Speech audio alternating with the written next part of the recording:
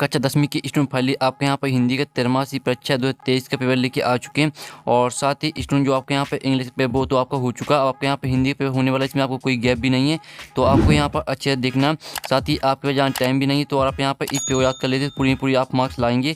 तो आपको इस पे को जरूर याद करना है, ठीक है स्टूडेंट। साथ ही वीडियो को लाइक कर लीजिए, चैनल को सब्सक्राइब कर लीजिए। आप यहाँ पर देख लीजिए त्रैमासिक परीक्षा 2023 कक्षा 10वीं विषय हिंदी पूर्णांक आपको 75 नंबर का रहने वाला, समय आपका 3 घंटे का रहेगा, ठीक है।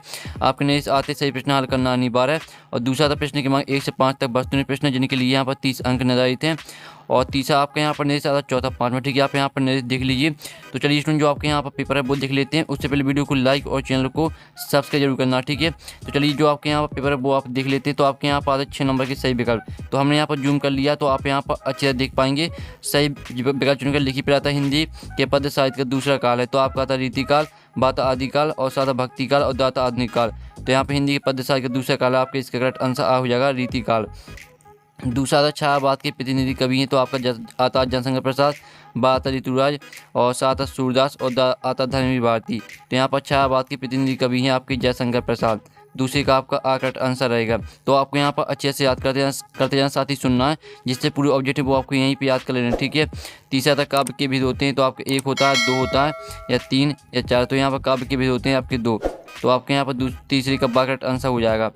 चौथा आता है नेताजी के चश्मा पाठ की विधा, तो आपका 1 अंक आता है निबंध व्यंग्य या कहानी। तो यहाँ पर नेताजी के चश्मा पाठ की विधा आपकी कहानी, ठीक है। चौथी का आपका करेक्ट आंसर आएगा। फिर 5वां आता जो शब्द क्रिया की विशेषता प्रकट करते हैं उन्हें कहते हैं, तो इसका आंसर आपके यहाँ पर रहेगा क्रिया विशेषण, ठीक है। जो शब्द क्रिया की विशेषता प्रकट करते हैं उन्हें क्रिया विशेषण कहते हैं। और 6वां आता भोलेनाथ का असल में नाम था तारकेश्वर नाथ, अमरनाथ, केदारनाथ या बद्रीनाथ। तो यहाँ पर भोलेनाथ का असल में नाम था आपका तारकेश्वर नाथ।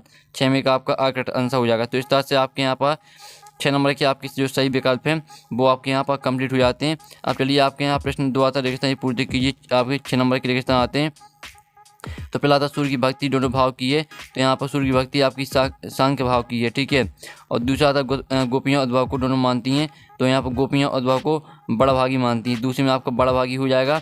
तीसरा आता लय ताल छंद से आदि से मुक्त रचना दोनों कहलाती है, तो इसमें आपको आ जाएगा पद्य, ठीक है, पद्य कहलाती है। और चौथा आता जब क्रिया का रूप कर्म के अनुसार बदलता है तब दोनों वाच्य होता है, कर्मवाच्य होता है या कर्तवाच्य, तो इसमें आपका आ जाएगा कर्मवाच्य, ठीक है। फिर आपका यहाँ आप 5वां आता भोलेनाथ और उनके साथी दोनों की बिल के पानी उलटने लगे चूहों या सांपों।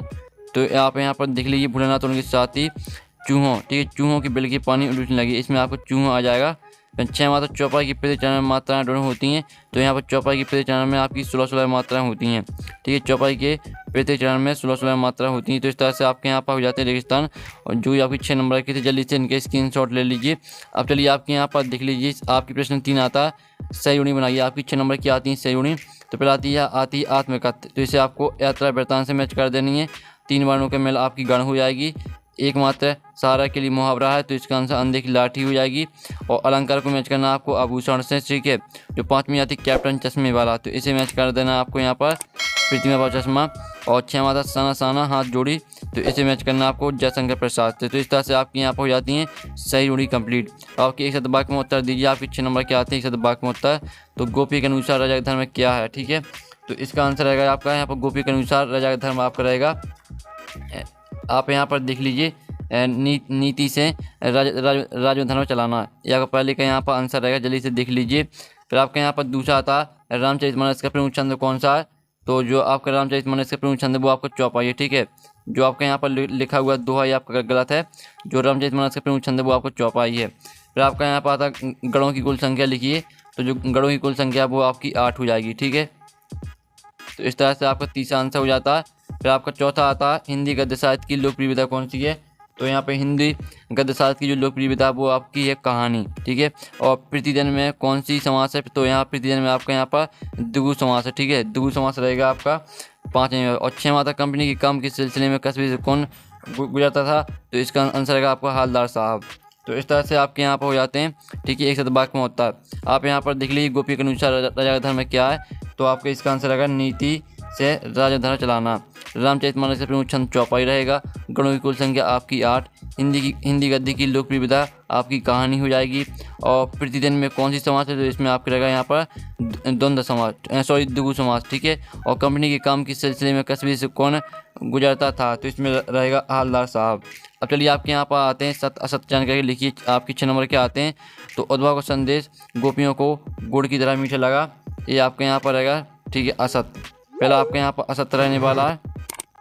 और वीर व्यक्ति अपनी प्रशंसा स्वयं करते हैं, तो ये भी आपका असत्य हो जाएगा, ठीक है। फिर आपके यहाँ पर आता अनियोक्ति अलंकार में लोग सीमा को पार करके बड़ा चढ़ाकर बना होता है, ये आपके यहाँ पर रहेगा सत्य।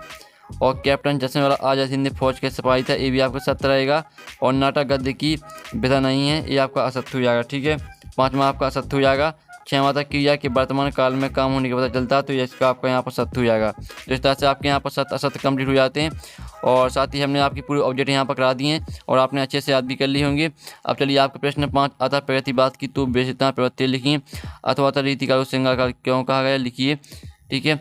और जो इनके आंसर वही हम कराने वाले। 6वां आता सूरदास की दो रचनाओं के नाम उनकी एवं, ठीक है, काव्यगत विशेषताएं लिखिए।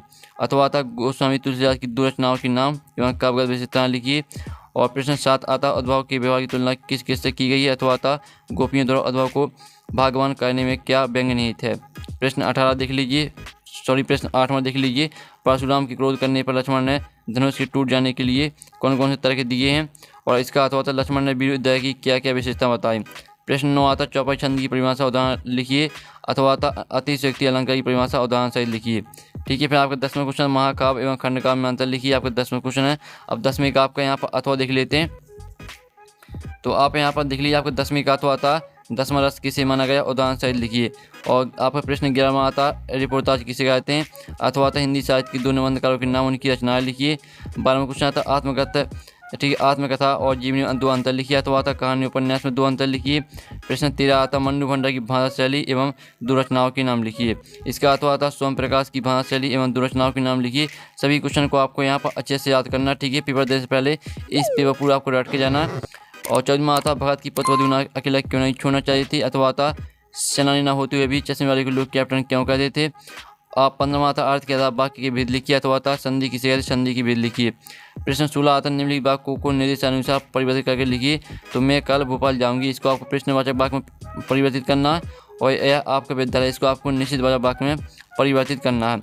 निम्नलिखित मुहावरों के अर्थ सहित वाक्य बनाकर लिखिए। तो आपको आँख का तारा होना, आँख और आग में घी डाला, इनके आपको अर्थ लिखकर वाक्य में प्रयोग करना है। प्रश्न 17वां देख लीजिए, ठीक है। आपके 2 नंबर के क्वेश्चन कंप्लीट हो जाते हैं। अब आपका प्रश्न 18वां आता है जो कि 3 नंबर का रहेगा। इसकी आपको पदांश दिया है, तो इसकी आपको संदर्भ प्रश्न सही व्याख्या लिखनी है, ठीक है। ये आपको यहाँ पर देख लिया प्रश्न 18वां। और फिर आपका प्रश्न यहाँ पर आता 19वां, जिसमें आपका यहाँ पर आता गद्यांश, तो इसकी भी आपको संदर्भ प्रश्न सही व्याख्या लिखनी है। आपका 3 नंबर का क्वेश्चन रहेगा।